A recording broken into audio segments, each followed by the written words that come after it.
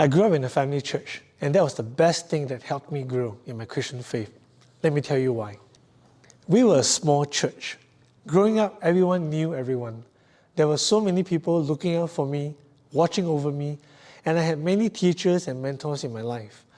I never felt that there were any barriers. I could speak freely with people who were 2 or even 3 times older than me, and that was totally fine.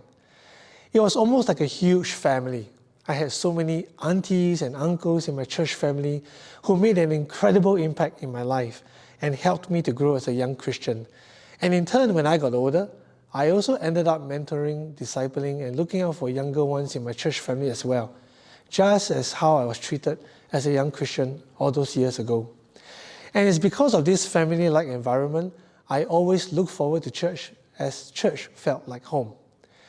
The thing I really like about church is that we are a church with many different generations, from someone still in primary school, to someone who just had a baby, to parents with adult children, to grandparents with many grandchildren, and the list goes on. And I think that is the beauty of our church. We are a diverse, intergenerational church.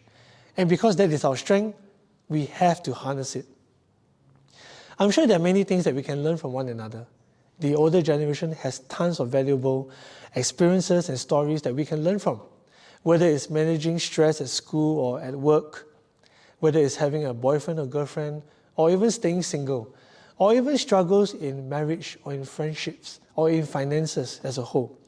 All these life experiences can help the younger ones know that what they are going through right now isn't something new.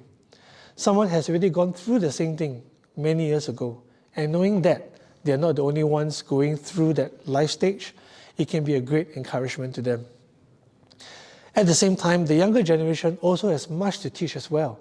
The world is changing at such a fast pace, and it's the younger ones who are the ones who are riding this tech or AI wave better than others.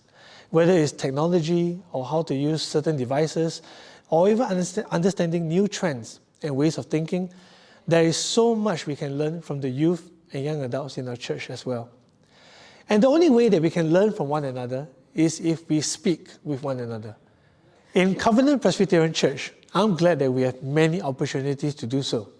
Whether it's during fellowship lunch every 3rd Sunday, where we encourage members to eat with people they may not know, or it could be joining a short-term mission trip. Now, these short-term mission trips usually bring together people from different age groups, walks of life, and the experiences that you share during the trip often help to build and form true and lasting friendships.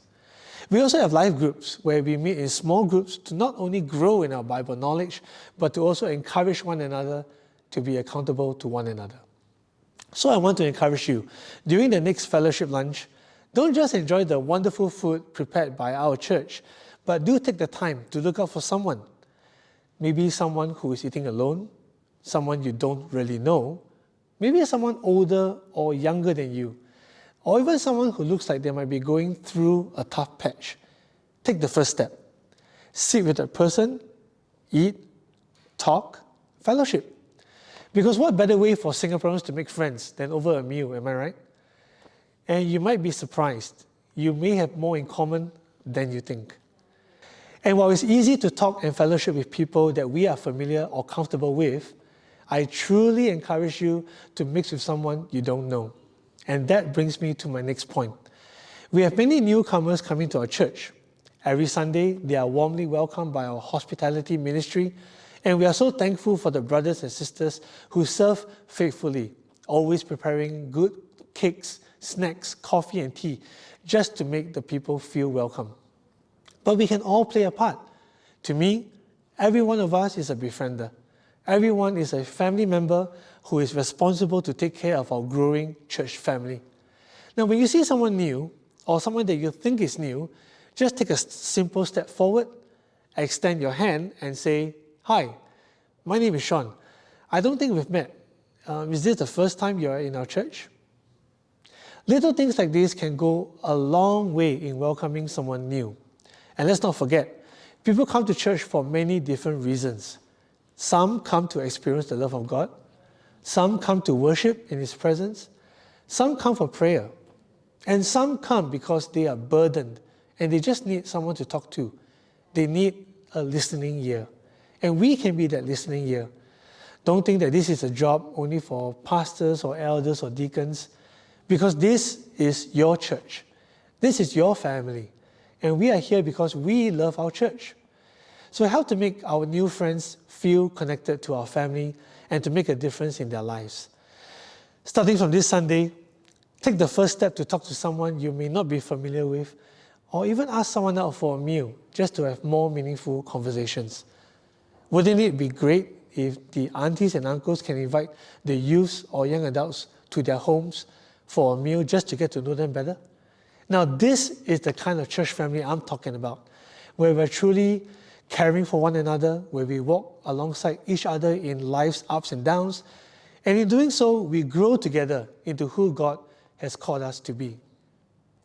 I am really very excited to see where this takes you and what new experiences you will have. Continue to be a blessing, and God bless.